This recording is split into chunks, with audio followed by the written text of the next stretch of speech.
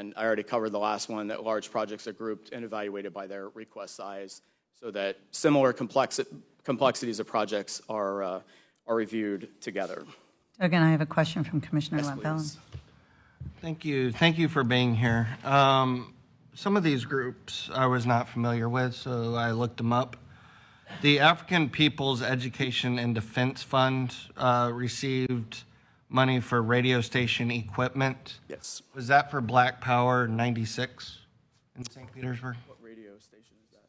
Yeah, I think that is for their radio station. According to their website, and that's the website of the African People's Education and Defense Fund, they're associated with the Uruhus in St. Petersburg. Correct. Are you familiar that the Uruhus once held a mock trial in which they sentenced the mayor and chief of police in St. Petersburg to death?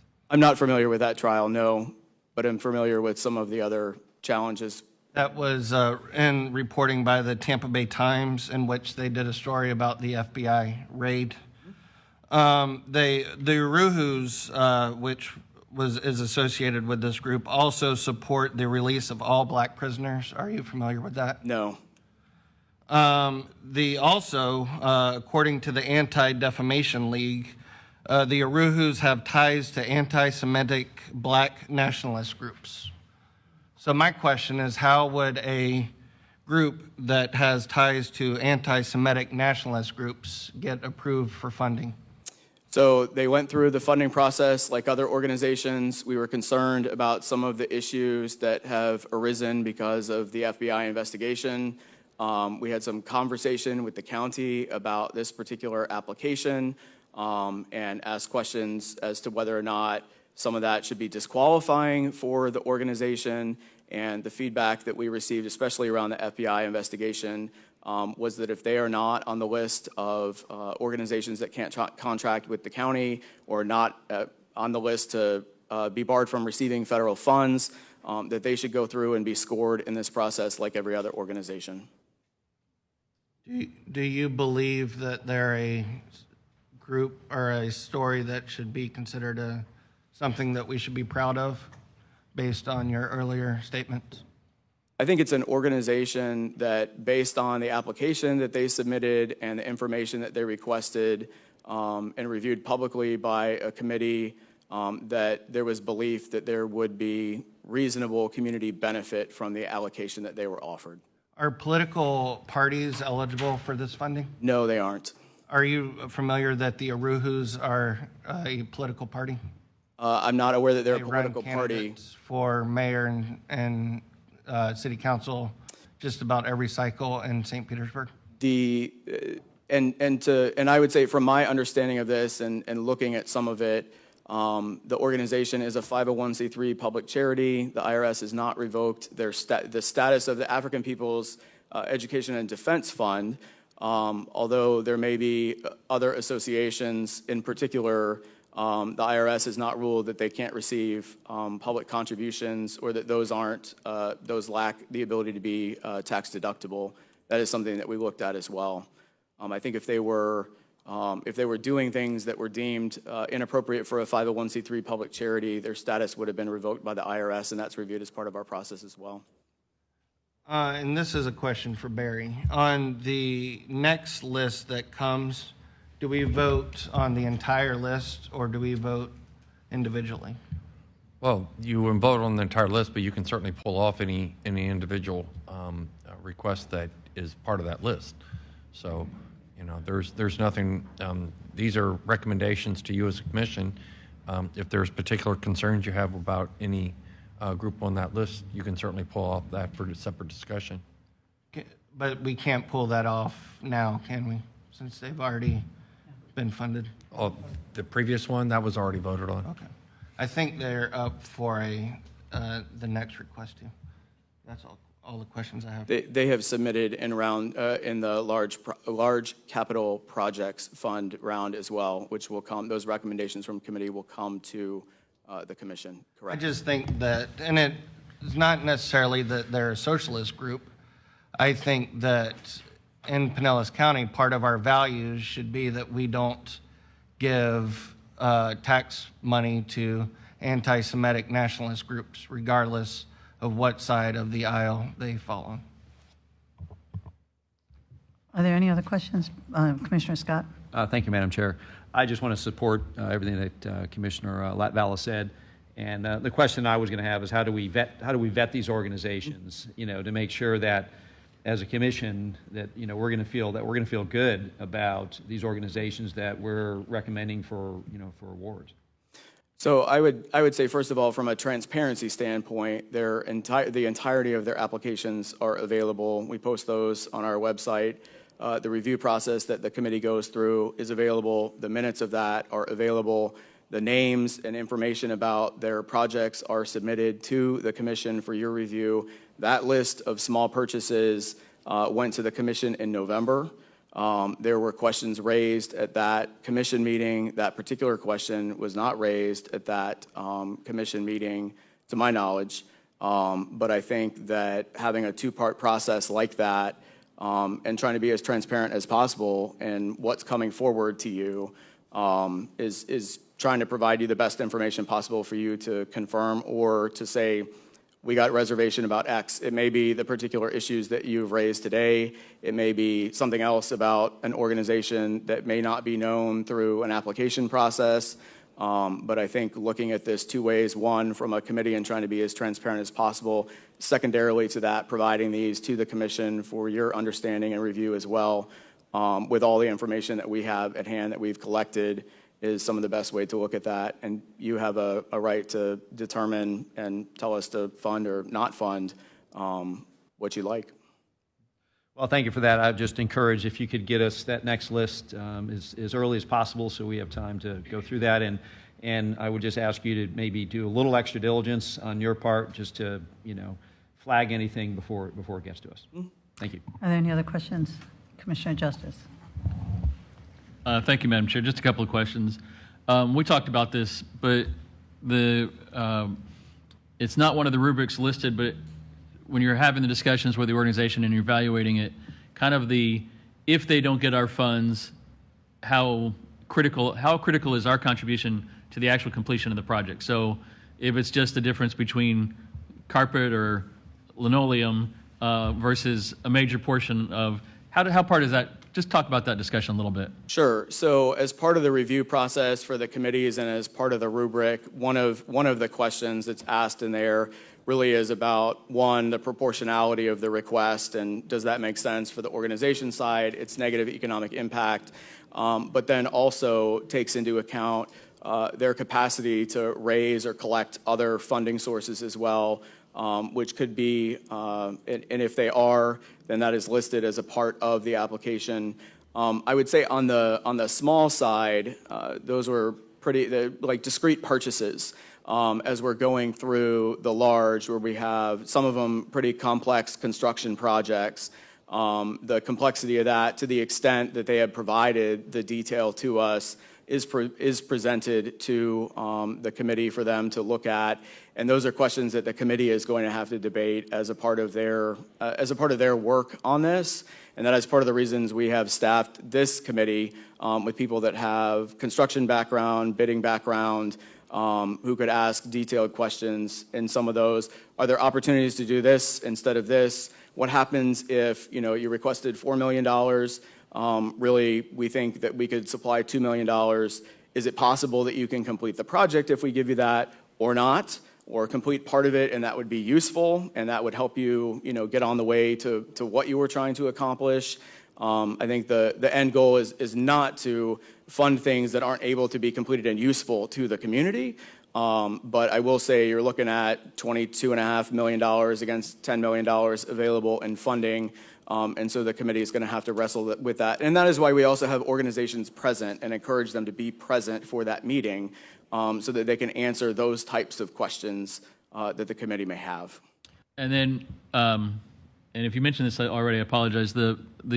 So someone asked for $1 million. Is it $1 million or nothing? Or in that discussion, do you figure $500,000 could get them towards what you're talking about, the success of the project? And I think as a distinction sort of from small purchases, because in some of those, if you give $25,000 to the purchase of a significant vehicle and they have said that it's, we don't have other funding sources, or we have $5,000 in other funding sources, that would be more difficult. But I think in the large side of things is the opportunity for the committee to ask those questions. And I think they'll be looking at that. They'll be looking at the benefit to the community for the investment that is going to be made as well. How far-reaching, how long-lasting, how impactful will that investment be? But then to be able to ask organizations very honestly, you asked for $1 million, your project is X number of dollars. The committee could possibly award you, $750 or $500 for this portion of the project. If we do that, what's the likelihood that you complete it and that it's useful? Or how are you going to do that if we are not able to give you everything that you asked for? And I think the responses are going to vary, one by organizational capacity to fundraise, and the other by how much of this is estimated to be a total part of their project. And that is part of what we asked too. What's this request? What's the total project request? To see what percentage of funding they're asking from this particular funding source. And then just remind us of the timeline of when we have to encumber these and when the projects have to be completed and all of those kind of timelines. Right. So the ARPA funds need to be encumbered and under contract by the end of 2024, December 31st, 2024. And then in speaking with Chris Rose, the deadline for final spending has changed a little bit, but seems to be now September 30th, 2026. And that is part of the reason, even within the timelines that we have, to provide enough of a backstop that if something isn't happening the way it's supposed to, organization can't accomplish something, we're able to tell the county that, and you could repurpose those funds, get that encumbered by the end of 2024. It is also the reason why we are asking organizations to be as ready as possible with these projects to determine the best opportunity to move forward, not that this is sort of pie in the sky vision, that what's the likelihood that you're going to be able to get this done and get it done timely. So if we do have issues, we'll be able to see that sooner in the process and say, hey, sorry, we're not able to do this, and either turn money back to the county for you to repurpose, or in conversation with the county, allocate it to another project that's worthwhile, that's ready to go. Yeah, and that was going to be the second part of my question about if an organization is unable to complete. And then the foundation, you all are handling all of the tracking and the back end, the completion of the project, all that part. Yes, All right. soup to nuts, and then in partnership with the county, reporting to the county, helping you understand what's been spent, where we are in the process, what's out, what's completed, all of that is handled by us, but then informed to the county as well. Very good. Thank you very much. You're welcome. So I understand Commissioner Flowers has a question or a comment. Thank you, Madam Chair. To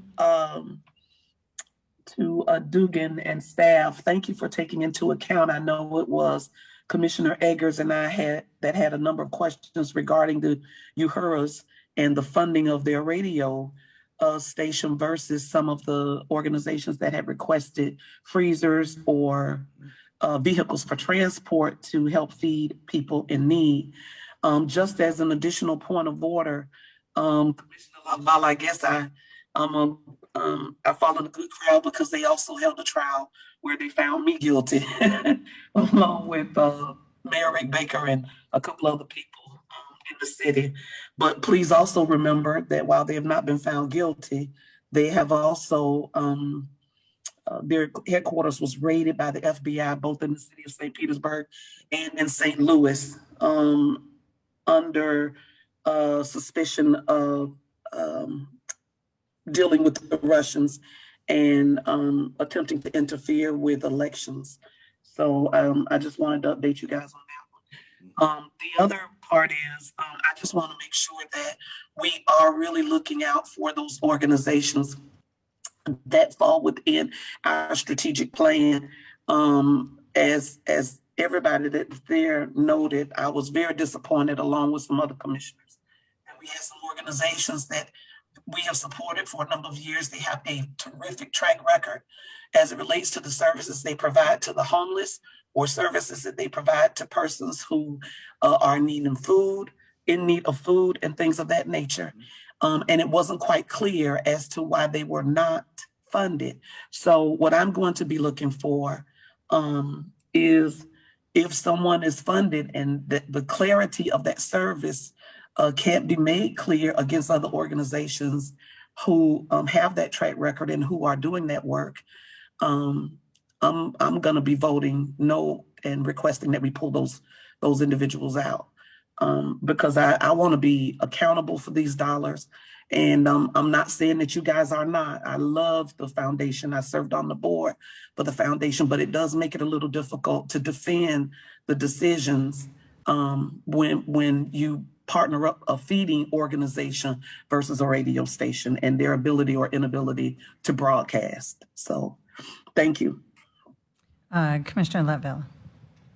I apologize, Commissioner Flowers. I did not see what they said about you, but I think that going back to the Uhurus, I think even ignoring the FBI investigation, and they have not been found guilty, but you can take into account everything else they've done, and there are numerous reasons that they should not ever receive funding from this board. For no other reason, they sentenced one of our colleagues to death. Oh no, I'm supporting you, Commissioner Latvala. I know. I was apologizing because I didn't see what they said about you. I only saw what they said about the mayor and the chief of police. And had I saw what they said about you, I'd have mentioned that.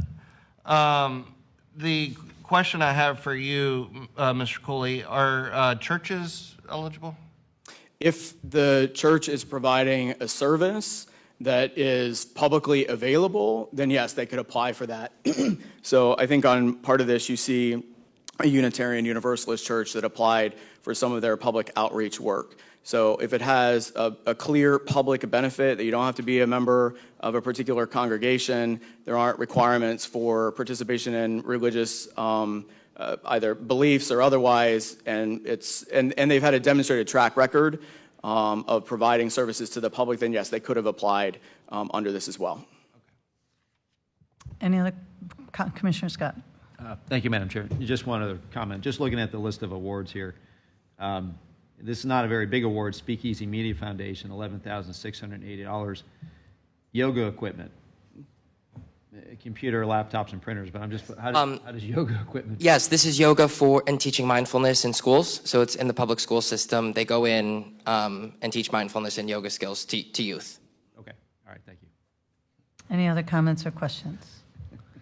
Okay, I do have a comment, and that is, Mr. Cooley, you said that you went to the county on advice regarding the Uhurus, and so I guess my question is to Barry, do we not have a policy, or maybe to Don, that states that we do not, whether it's social action funding or anything else, that we do not support anti-Semitic organizations? Commissioners, I can't answer that here today. I'll have to get with staff after this because I'm unfamiliar with the situation. Okay, because he did say he came to the staff, and if the county blessed it, then I've got concerns that the county blessed something like that. So I think that's something we have to look at internally and make sure that Don has a comment on that's that. kind of a policy that this would never come up again, because I have issues with that as well. I want to be clear, our questions to the county were really over the investigation by the FBI. That was the big question. That's what's in the news. And that was what had also come to our attention as well. And we're concerned about that and the content of what that was. And so it really was about that particular issue. Okay. Well, I think this allows us to be more prepared when situations like this arise again, that our parameters are clear. Thank you. I agree. And I'm sorry, Commissioner, just to let you know, I'm not aware of any adopted policy on any of the questions you'd asked, and as Duggan stated, it was a general question without some of the facts we've heard today as part of the discussion, from my understanding as well. So just to fill that in. So I think that's something as we move forward, we can look at a policy that kind of adopts something like that. Even if there's FBI raids and investigations, that should be enough of a red flag for us to consider that we hold back on something. So anyways, if you'd all look into that, and bring it to us later. And in the future funding, because we've partnered with you before on funding things that when we're very clear on our parameters, when we set that up, then these things don't happen. So thank you. Is there any more you wanted to add? I know there was that last slide, but you kind of covered most of it. Yep, the slide's there, and there's supplemental materials in the package too. I think the important part today is round 2. We're looking at least on the small purchases side, opening that up March 1st. So really coming here today to see if there was any additional feedback that you had. I think we included a more visual timeline for you too, and